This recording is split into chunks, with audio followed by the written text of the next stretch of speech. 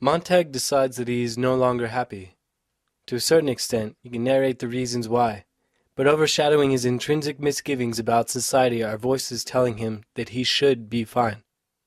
A society survives and grows by increasing the quality of life of its members. The assumption is that the lifestyle provided is the best available option.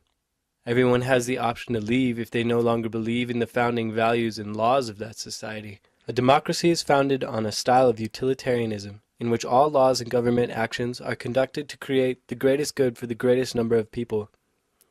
What Bradbury has done is project this tendency into the future, where the nation has discovered the way to be happy, namely, the homogenization of all ideas into useless trivia, visual and audio entertainment.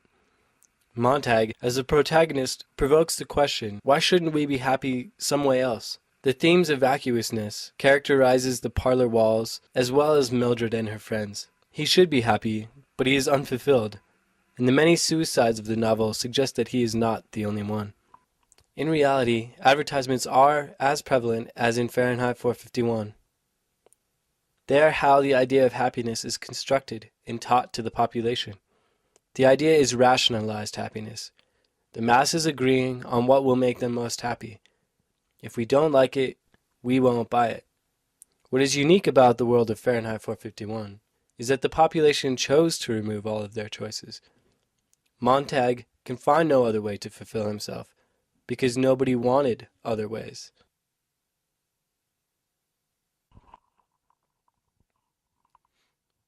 Then came the fateful night when Montag would become fugitive of the law.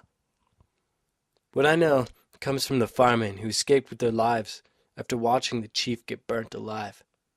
Mildred called him into the authorities, and he found himself in charge of burning his own house. The fireman said he burned it with pleasure, reducing the house to ashes.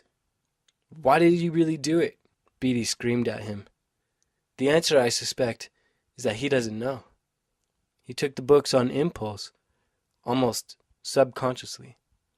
His hands were guilty of acting out of control, against his rational desires. He knew not to steal books and hide them, more so than most. Faber explained to me what he was searching for in the books. I interviewed him recently, and he had this much to say.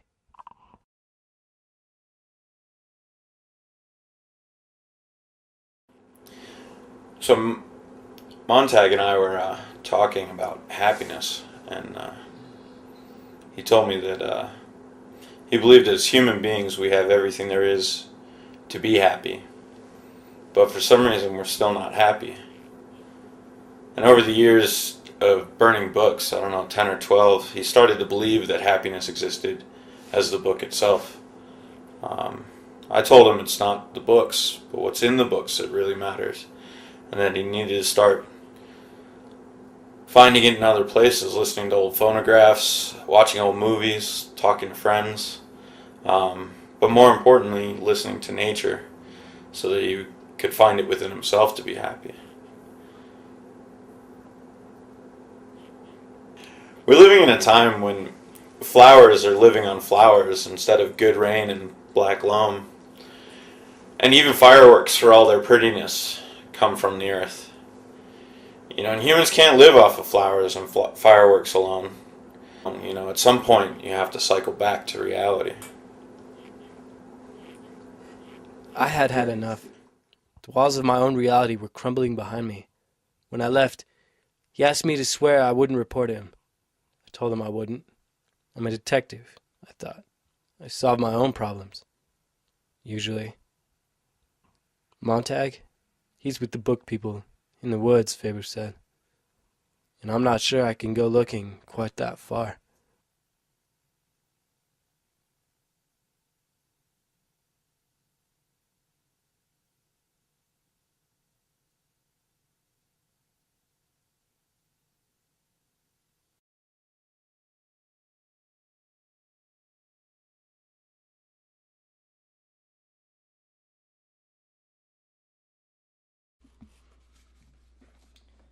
America, land of freedom and liberty, freedom of choices, liberty from choices. Is it not wonderful? Is it not great? Are we not the most fortunate people in the history of the world?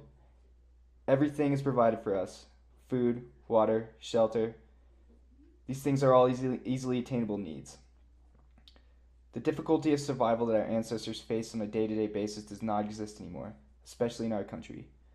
This is a good thing. How can one possibly decry the fact that our lives are taken care of? It'd be a hypocritical statement because we, as Americans, love not facing the big decisions. We love avoiding harsh reality. It is an innate part of our culture. Acceptance of the system is natural. Compromising is natural. Apathy is natural. It is the fundamental spirit of the American democracy.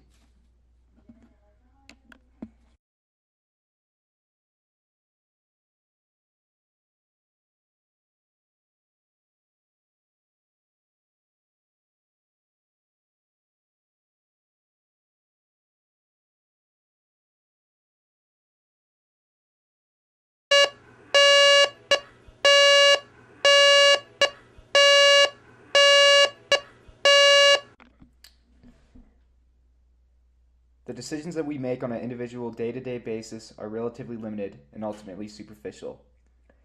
The shallowness of day-to-day life is just a piece of the monotony of daily life. We wake up every morning and do these things. They don't matter. We look at our mundane daily routines with a lens of indifference, but these daily routines are everything. It is how we express compliancy. Why do I decide to get out of bed even when I don't want to? Why do I eat cereal every morning even when I'm not hungry?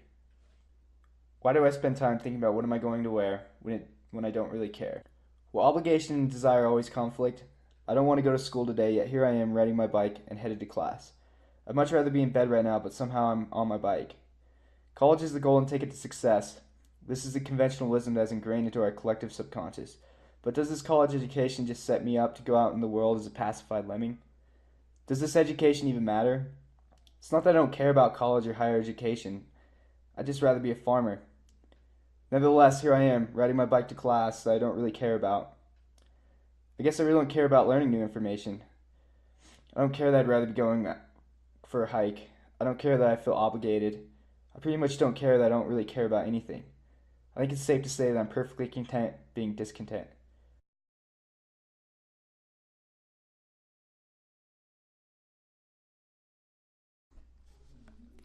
There's something to feeling completely and contently apathetic.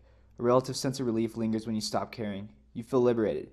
Being compliant and apathetic, one becomes open to avenues of distraction. You wouldn't expect a feeling of openness to accompany compliancy and apathy, but it does. We all live our lives compromising and settling. In turn, we live our lives trying to escape.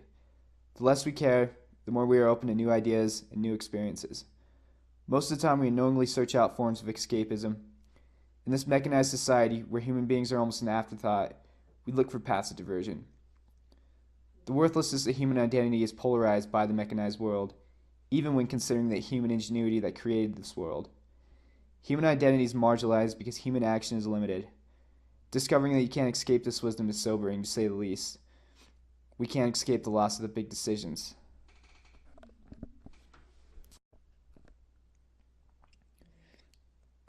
The big decisions aren't really decisions at all, but rather different forks on the same path, leading to the same destination. We all desire autonomy, we all desire freedom, we all desire a sense of individuality. Yet we are all running in the same race towards the same ultimate end. When facing the big decisions, we freak out. We don't want to face the truth, so why try to understand happiness? Why try to rationalize it? Doesn't matter whether we're happy or not. We have everything. We live in a wonderful society. This is what matters. Freedom from choice is what matters. So what is the point of all this? Are you free? Am I free? Do you make choices? Do I make choices? These questions are superficial. Is it not unreasonable just to say yes to the system, to the status quo? Is it illogical just to give up, leave it all alone? Can one live within the paradoxical world and stand idly by?